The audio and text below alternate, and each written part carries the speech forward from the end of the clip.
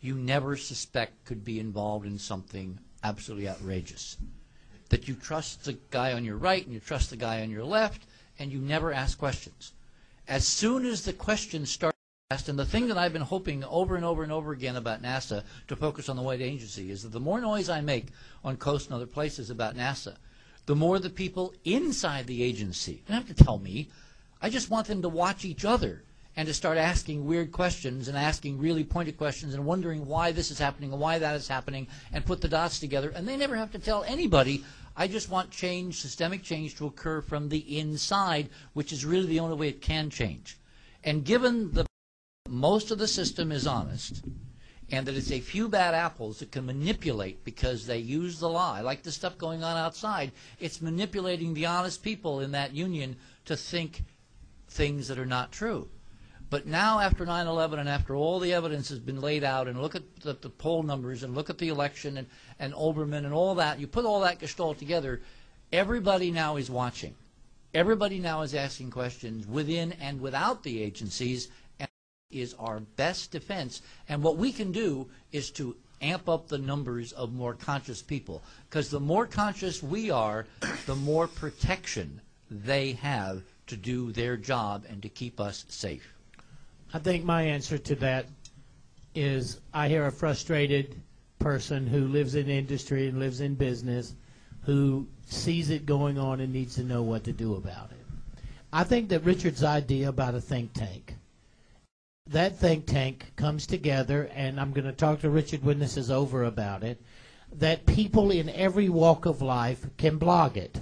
If we create a cyber think tank, and it's done based on this panel, and it's done the way Richard just described it. You know, I think I'm mainstream. I've just been dead and a little crazy, okay? But if we do just what Richard was talking about, a group together as a think tank, that we blog into it, we're asking these questions, and we build ourselves under the think tank model like in Washington. We don't put it into some cosmic realm, but we put it in the framework that we are asking these questions. I just watched Arnold Russo do this big deal on the IRS. He didn't accuse them of anything. He didn't do anything. All he did was kept asking everybody the questions, and such a way that you ask the questions to watch them make fools out of themselves or to tell you that the Supreme Court didn't matter. He asked them to quote the law. All he asked the officials to do was, could you please quote the law that requires a U.S. citizen to pay taxes? And they hemmed and they hawed. It was the funniest thing I've ever seen. It has never been answered. All he did.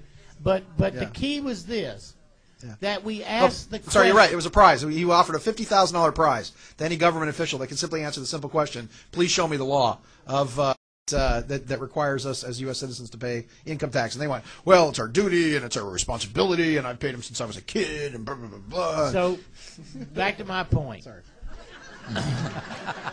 By doing that, I was helping your point, Daniel. I support that 100%. I'll let you do it. Okay.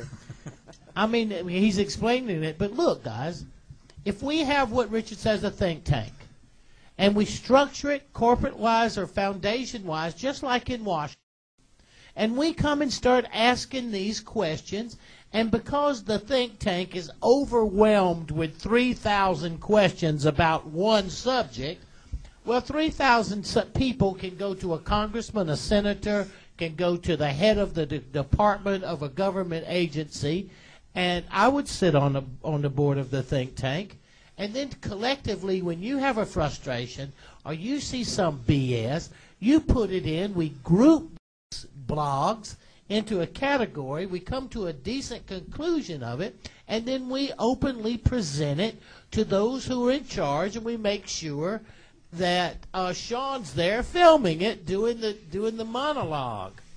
I think it's a great way to get your question answered. You know, one of the advantages of Bill Gates, who I think should go down in history as one of the supreme pioneers of human renaissance. You know, a lot of people dump on Bill Gates. Bill Gates is an extraordinary human hero for the simple reason he democratized the communication of information. Without Bill Gates, we would not have the internet, Al Gore notwithstanding. we would not have the incredible. Do you realize that on your desk or in your backpack or whatever, you have more computing power right now than all of NASA did when we sent men to the moon? Of course, if you left it to Steve Jobs, you would have had all that computing power 15 years ago. Okay. All right, John. Yes. The proceeding has been a paid political. No. My point is that if Bill we Gates. set this institution up, the ability exists now for whistleblowers all over the system who are dissatisfied to slip us disks anonymously, to connect a laptop up to a public phone or go to an airport, to do things in a way to get documents, papers, non-blacked out stuff, absolute supporting evidence to this going on, that going on. We can change the system by providing a conduit for honest, real people doing their jobs, serving the country, serving the rest of us, to get out of that frustration and finally figure out what they can do to make the system conform to the ideals they're taught about when they come in and take. And we're not accusing anybody of anything. We're just asking questions. Yeah. That's the power that Richard was conveying. Listen, in a think tank answers questions and looks at questions, and we quit accusing. We can't quit accusing. We just start asking the questions by the thousands. And somebody's got to answer it because there's thousands of them asking it. And I believe that, like a lot of people on this panel and you here, I believe that between now and 2008, we have the grandest opportunity. There's never been incumbents. There's never been a non-incumbent running in 80 years. Mm-hmm. We have a woman that is viable candidacy for the president. We have a black person who comes from another country that's a naturalized citizen running for the presidency. I have to take back about this business. That's our, Well, he's close. his father. His father. Can't be president. Otherwise, Arnold would be president. Well, but that's not over yet. But if you take a look at where we are, if you take a look at the time to opportunity and terminate. the possibilities Well, you of understand, who Daniel. these people are running for the president. Daniel, you understand why there is incredible ferment on the Democratic side to be president in this next election, right? Yeah. Because Why? the next president will be president in 2012. It's all about 2012. So the entire kind of Nazified Gestapo police state that's now been put together with no habeas corpus and no posse comitatus is now going to be put in the hands of Hillary Clinton. I'm not saying That's a good thing. Well, listen, that's not. I also think one other question too. One other comment about that is that I think that the only reason there has not been another 9/11 level attack is because they are so confident in their complete and utter control of the media.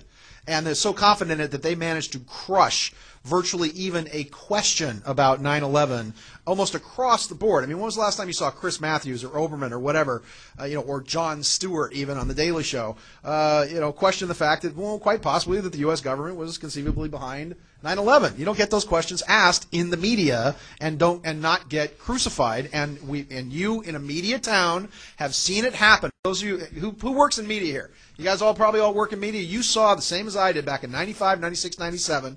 You saw probably 200 independent film companies here in Los Angeles, independent production companies that became 150, that became 100, that became, now there's 5 maybe. There's what? There's Disney, there's Capcom, there's Warner, Time Warner. I mean, we all in this community work on a slave plantation now, basically for mega conglomerates that now control everything. 25,000 different forms of communications in the United States, including television, newspapers, magazines, radio, et cetera, et cetera. You know how many companies own all 25,000?